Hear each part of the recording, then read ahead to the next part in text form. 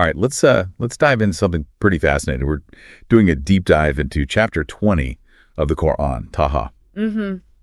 It's we all know the story of Moses, I think, Right. but this chapter is more than just the story. It really gets into some universal themes about faith and obedience, and really about what happens when we stray from those guiding principles, those times in life when it feels like we're being tested. Absolutely. And what's so captivating, I think, about this chapter is how it deals with this human experience, even on the level of prophets. So it actually starts by reassuring the Prophet Muhammad that the Quran was not revealed to burden him, but as a guidance for those who approach it with reverence. So it's like setting the stage, even in the face of difficulty, there's like this message of comfort and direction. So we're just dropped right into the action. Yeah. Moses encounters this burning bush. I mean, come on, that's something you see every day. Why start the story here? Yeah. Well, the burning bush itself is so symbolic, right? It's about God's presence in the seemingly mundane. Mm-hmm. Moses, perhaps drawn by curiosity or just needing warmth or needing some guidance, he stumbles upon this revelation that will change his life forever. It almost prompts us to think about, where do we find those unexpected sources of insight in our own lives? That's really interesting. And God makes a pretty powerful entrance, right? I mean, I am Allah, there's no God but I. This isn't just like a random detail. No, absolutely not. This statement lays the foundation for the entire chapter. It emphasizes the absolute oneness of God, it's called Tawheed, and the importance of submitting to his will. So this concept of Tawheed, even when Moses is told to remove his sandals, because he's on sacred ground, right? It's reinforcing that sense of awe and reverence. Absolutely. So this concept of Tawheed is also why Pharaoh's rejection of Moses is such a big deal. Such a big deal, because by denying God's oneness, Pharaoh isn't just rejecting Moses, he's rejecting a fundamental truth. He's rejecting God. Okay, so Moses is chosen for this huge task, but he doesn't seem all that thrilled, does he? I mean, he's got doubts. Yeah. He's asking for help. Well, I think this is where we really see that human side of a prophet, right? Yeah. Even Moses, chosen by God, he grapples with this fear and uncertainty. He asks God for peace of mind, for eloquence in speech, for the assistance of his brother Aaron. Yeah. And I think what's crucial here is that God doesn't dismiss these requests at all. So it's not like God's put off by Moses' hesitation or his need for reassurance. Not at all. In fact, God grants these requests, and this really highlights this divine compassion and support. That's beautiful.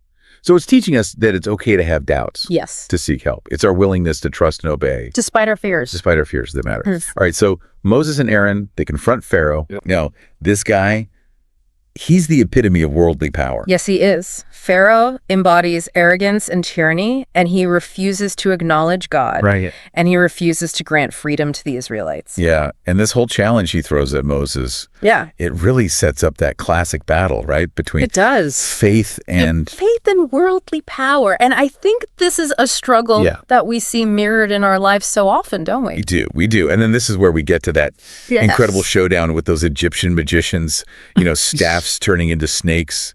It's just pure spectacle. It's a scene designed to capture your imagination, and it really highlights the contrast between God's power and just illusions. Right.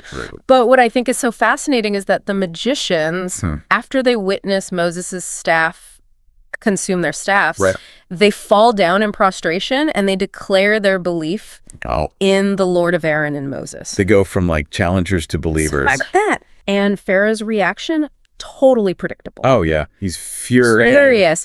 Threatens them with punishment, showing, how far he'll go to maintain this control. Wow. Can you imagine these magicians? They were probably the most respected, most trusted advisors in all of Egypt. Absolutely.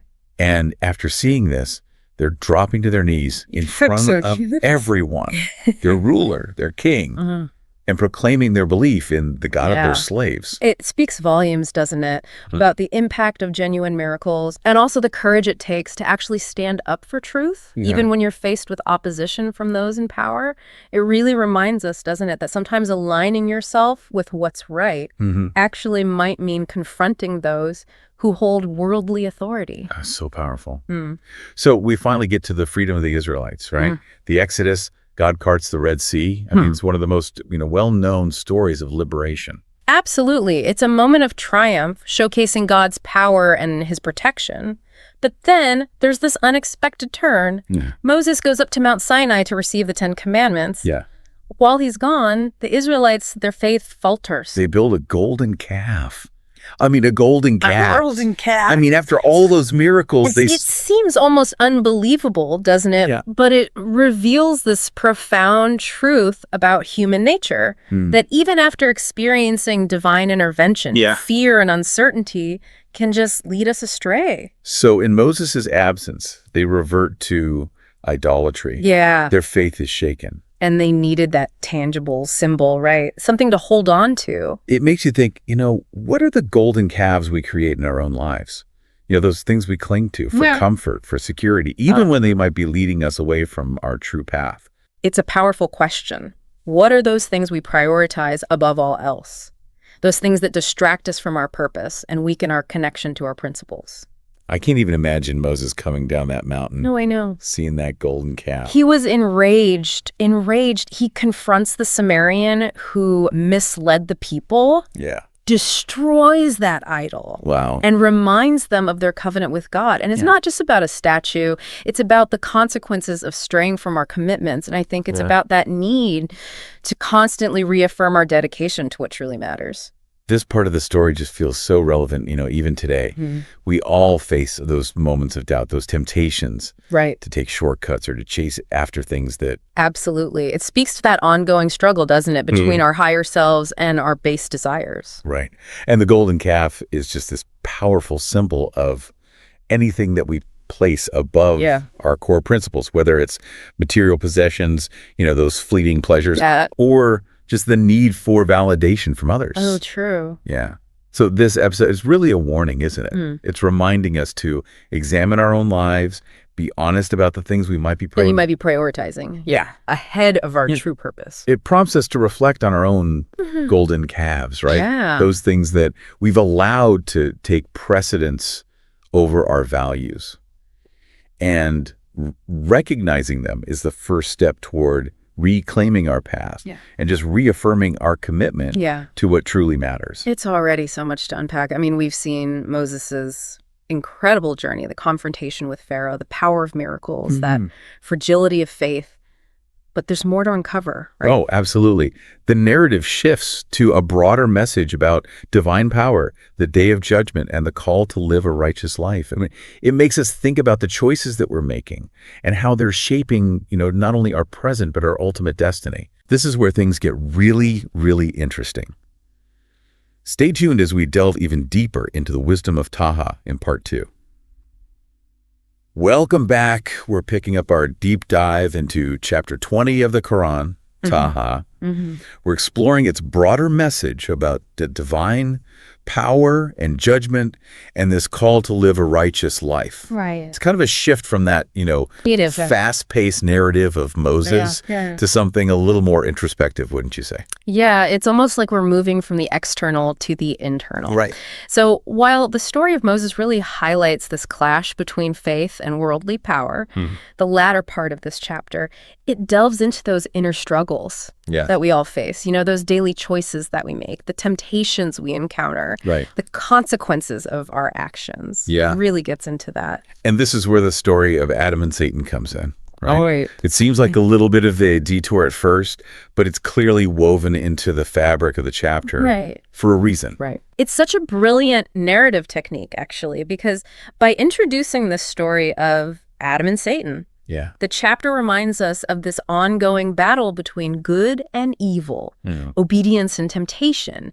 And it's not just playing out on some grand scale, it's playing out within each of us. So it's not just a story from the distant past, it's a reflection of the human experience. It's that constant pull between following our higher aspirations and giving in to those, those baser instincts. Our lower selves, Yeah, absolutely. Okay, so the story of Adam and Eve, the garden. It's a powerful reminder that even in paradise, choices have consequences. Right. Satan tempts Adam with promises of immortality and forbidden knowledge, leads him to disobey God's command. Now, this act of disobedience it's not just about Adam and Eve, is it? No, it's not. It has implications for all of humanity because their transgression, it introduces this concept of sin and the impact that it has on the human condition. It's almost like the origin story for our inherent vulnerability to temptation, our capacity for both good and evil. Yeah, but it's not a story of despair because God doesn't abandon Adam. No, he doesn't. Right. I mean, even though he disobeyed, there's this sense of forgiveness and a path forward. He calls him back. He pardons him and provides guidance for him and his descendants. That's beautiful. And it's such a core message, that even when we falter, when we make mistakes, God's forgiveness is always available to us. That is really reassuring to know. It is. But the chapter also warns of a confined life for those who neglect God's reminders. Right. What exactly does that mean? Well, this confined life, I think it refers to an existence that's really limited by our own desires, by our short-sightedness. It's a life that's just devoid of that fulfillment and that purpose that come from, aligning ourselves with the divine will. It's interesting. It doesn't necessarily sound like a life of suffering. Yeah. It's a life lacking depth, a life where you're just chasing after things that don't really matter. That's a great observation. I mean, how often do we get caught up in the day-to-day and pursuing fleeting pleasures, chasing this superficial validation that we just completely lose sight of the bigger picture? So how do we avoid this confined life? Right. It keeps mentioning this reminder. Is that just the Quran? I think it operates on multiple levels. Okay. Yes, it is the Quran, the divine revelation, but it's also any sign, any event, any internal nudge that prompts us to remember our true purpose, to reconnect with our principles, and choose the path of righteousness. It's that inner voice that calls us back to what truly matters when we've strayed off course. It's like those moments when you, encounter something unexpected, a piece of art. Yes. Or a conversation with someone. Yeah. Even like a natural phenomenon that kind of jolts you out of your routine. Right. And you reevaluate your priorities. Right.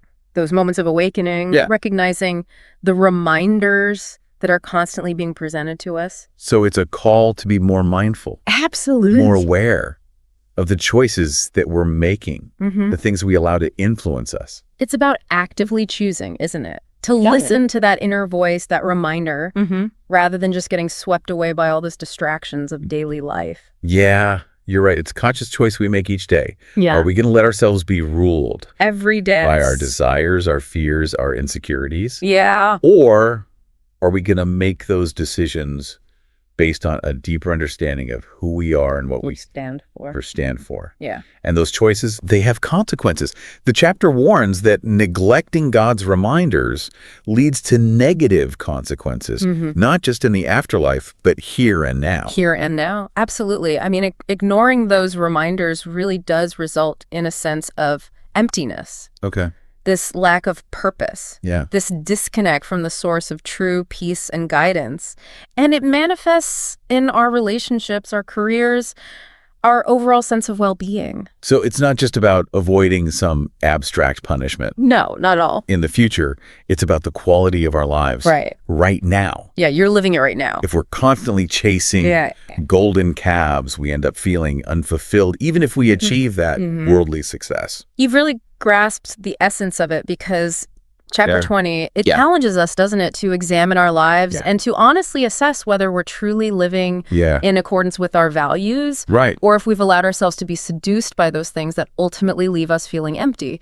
This is really resonating with me. We often hear about the importance of living a good life, but this chapter, it really provides a deeper understanding of what that means. It's not just about following rules. No. Avoiding certain behaviors. It's about aligning our actions with those deepest values, with those reminders that call us back to our true purpose. It's a call to action. It is a call to action. It's not enough to just admire the wisdom. No, it's not enough to just of the Quran or intellectually grasp these concepts. We got to do something with it. Yeah. We got to apply it. Yeah. And this is where things get really practical and honestly, a little daunting.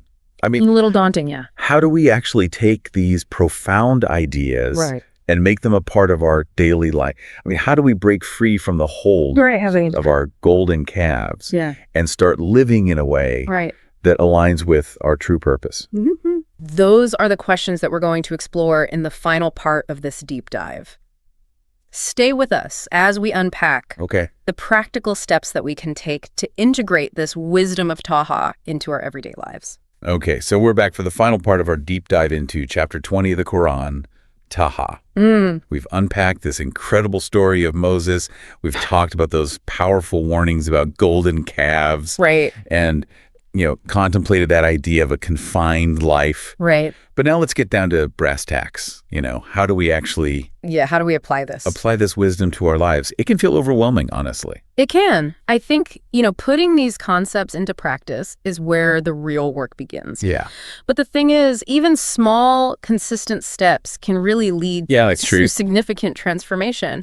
And I think the chapter itself actually offers some guidance. It highlights the importance of prayer, seeking forgiveness, and, striving to live a righteous life. These aren't just abstract ideas. They're practical tools, I think, for navigating all the complexities of life. Okay, so let's start with prayer.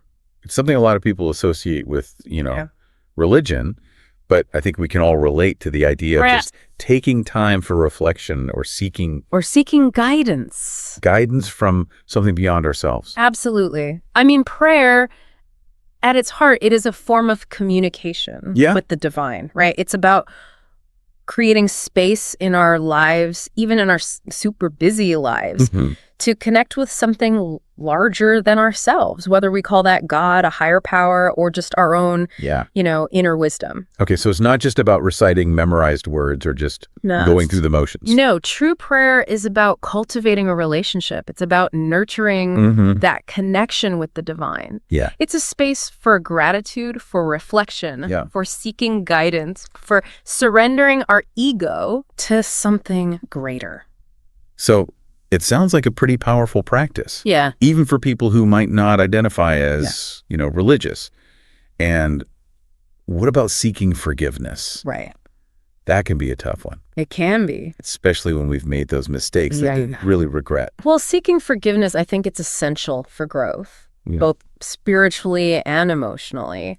It's about acknowledging our shortcomings, taking responsibility for our actions, and releasing, I think, the burden of guilt and shame. So it really allows us to move forward with a clear conscience and a renewed sense of purpose. But sometimes we're just so caught up, I know, in our routines and our golden calves, that we don't even realize, the harm we're causing or the ways we might have strayed from our values. That's why I think self-reflection is so crucial, because we need to regularly take stock of our lives, examine our choices, our motivations, the impact that we're having on ourselves and others. Are we living in alignment with our values? Are we treating other people with kindness and compassion? Are we contributing to a world that reflects our highest aspirations? So it's about being honest with ourselves, having that courage to look in the mirror, see where we need to make adjustments. And it's not about beating ourselves up for our mistakes. It's about learning from them, learning and striving to do better. Exactly. Remember, making mistakes, it's part of being human. I think what matters is our willingness to acknowledge those mistakes, to seek forgiveness, and to try to make amends where necessary. That's how we grow. That's how we evolve. We've talked about prayer and forgiveness, but the chapter also emphasizes, living a righteous life. That feels... I know, that feels huge. It's like a huge undertaking. It does. Where do we even begin? I think living a righteous life isn't about achieving some, unattainable standard of perfection. It's really about striving to embody those qualities that reflect our highest ideals, like honesty, integrity, compassion, generosity, justice. It's about making choices that contribute to a better world, both for ourselves and for others. So it's not just about, of avoiding bad things. It's about actively doing good things, using our talents and resources to make a difference. Absolutely. It's about aligning our actions with those values, making choices that reflect our commitment to creating a world, that embodies love, justice, compassion. This has been incredibly eye-opening, this whole conversation. Chapter 20 of the Quran. It's so powerful. It's not just some ancient text. Right. It's a guidebook for living a meaningful and fulfilling life. It is. It's about navigating all those complexities of the human experience with wisdom, grace, and a deep connection to something, greater than ourselves. It's such a beautiful way to put it. It really is. And it's a reminder, I think, that we're all on a journey. And even when we stumble, even when we lose our way, we have the power to course correct, to seek forgiveness, to recommit to living a life that reflects our truest selves. No, I don't have to do it alone. We don't. We have the support, we have the guidance, we have the inspiration. So as we wrap up this deep dive, I want to encourage everyone to, reflect on the lessons we've explored.